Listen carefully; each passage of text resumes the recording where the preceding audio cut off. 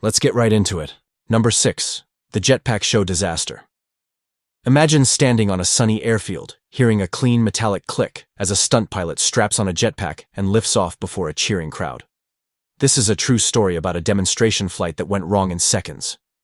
The event began as a routine aerospace expo with strict safety checks and a short rehearsal loop over a marked runway. But the pilot made one crucial mistake when he shifted his weight early during ascent and drifted off the safe corridor. He lost stability at just 40 meters, spinning toward a scaffolding tower packed with cameras. He struck a crossbeam and fell inside a narrow maintenance shaft barely 70 centimeters wide, about the width of a kitchen trash bin. The jetpack wedged between two steel rails.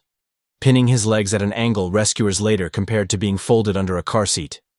Fire crews reached him quickly and tried deflating his flight harness to slide him upward, and for a moment he actually rose 5 centimeters before halting again. A second team cut through the outer scaffold, creating a side opening, but sparks from the saw ignited leaking fuel and forced everyone to retreat. Trapped and exhausted, the pilot kept tapping the rail with one glove, signaling he was still awake. Medics talked to him constantly, asking simple yes or no questions to keep him focused. After 90 minutes, the rails buckled from internal heat, and the team pulled him free in one coordinated lift. He died shortly after from internal injuries. The shaft was permanently sealed the next day, and a small plaque now marks the spot where the expo changed its safety rules forever. Number 5. The Exploding Trousers Incident, New Zealand. Imagine walking through a quiet New Zealand pasture, hearing only soft wind and the rustle of tall grass against your legs. This is a true story about a farming accident that became national legend. It started as a normal day in 1931, when local farmers used a new weed killer called sodium chlorate to clear ragwort along fence lines. The chemical worked well, but one farmer made a crucial mistake when he soaked his heavy wool trousers in the mixture to save time and let them dry in the sun. Sodium chlorate crystals formed in the fabric, turning the pants into something as flammable as dry paper.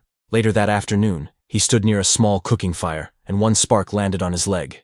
His trousers ignited instantly, sending a flame up a 1-meter column, as fast as lighting a match.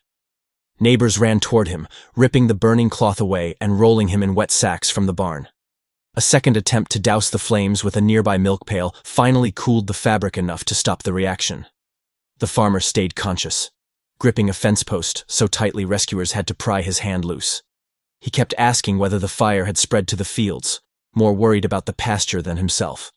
He survived with severe burns, and the melted remains of the trousers were later shown at a safety meeting in town.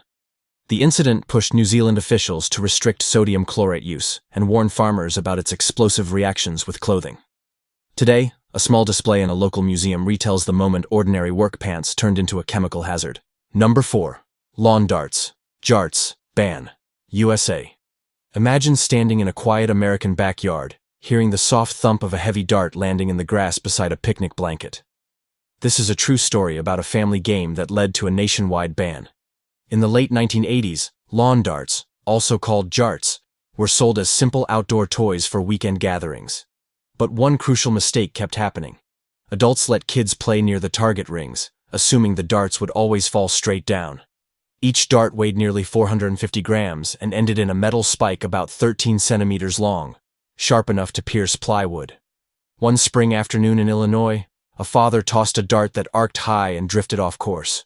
It struck the ground just inches from his daughter, then rebounded and hit a second child standing behind a folding chair. Neighbors rushed over, lifting the chair and rolling the injured child onto a flat cooler lid to keep her still. Paramedics arrived within minutes and tried a stabilizing collar, but the wound was already critical. The family kept talking to her, touching her hand, trying to keep her awake during the transport. She died in the hospital, and her father later pushed federal regulators to investigate the toy. The Consumer Product Safety Commission reviewed multiple similar cases and issued an emergency order removing lawn darts from all U.S. stores. The remaining sets were recalled, and households were urged to turn them in for destruction. Today, a small warning exhibit in Washington, D.C., explains how a backyard game turned into one of the quickest toy bans in American history. Number 3. The DIY Nuclear Reactor Kid. Imagine opening an old tool shed at dusk, hearing the quiet clatter of metal parts, and seeing a teenager hunched over a makeshift workbench. This is a true story about a kid who tried to build a nuclear reactor in his backyard. In the early 1990s, a Michigan teenager named David Hahn became obsessed with earning every science merit badge he could. But he made one crucial mistake when his curiosity pushed him past safe experiments and into collecting real radioactive materials.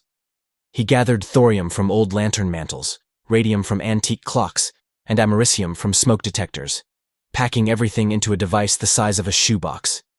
He worked inside a cramped shed barely 2 meters by 3, smaller than a walk-in closet, where the air stayed still and dust coated every surface.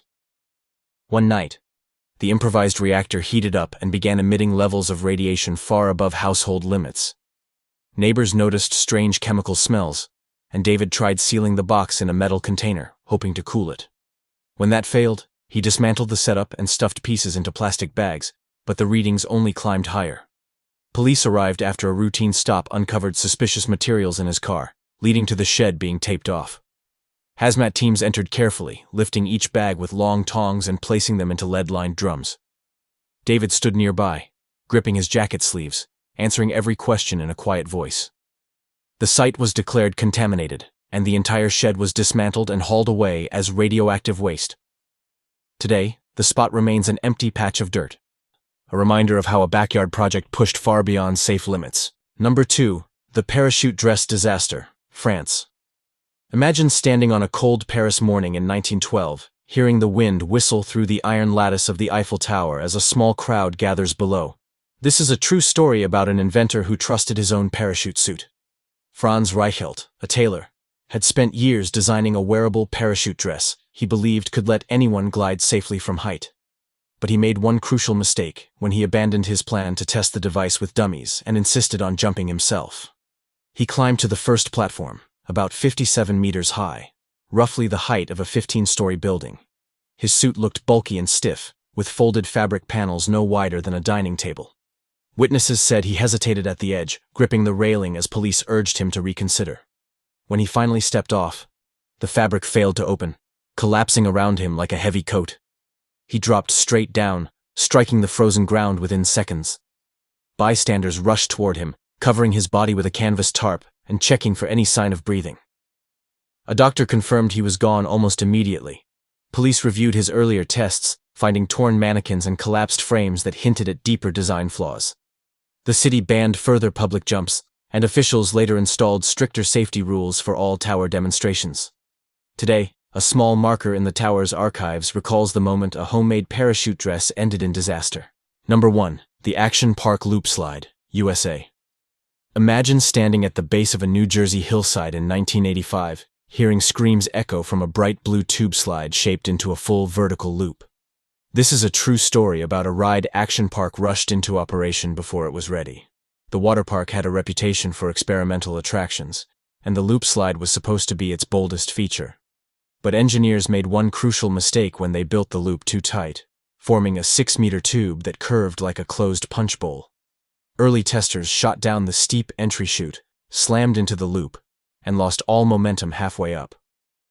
Riders were trapped inside the top section, wedged in a space barely 80 centimeters wide, about the width of a bathroom door. Staff opened an emergency hatch and tried lowering a padded rope so testers could pull themselves free, but friction burns made it impossible. A second attempt used a rescue board slid through the hatch, yet it jammed against the inner fiberglass ribs and had to be yanked back out. Workers talked to the stuck riders through the thin shell, telling them to stay still while they searched for a safer angle. When crews finally pulled them out, many had bruises, bloody noses, and chipped teeth. Inspectors found loose bolts, exposed mesh, and debris collecting at the loop's base like gravel in a drain. The park shut the slide within weeks and welded the hatch shut, leaving the tube standing unused behind a fence. Years later, the entire structure was dismantled and hauled away as scrap. Today, photos in a local exhibit show how Action Park's most ambitious idea became one of America's strangest amusement ride failures. That's all for today. I'll be making similar videos in the future. Subscribe to see them.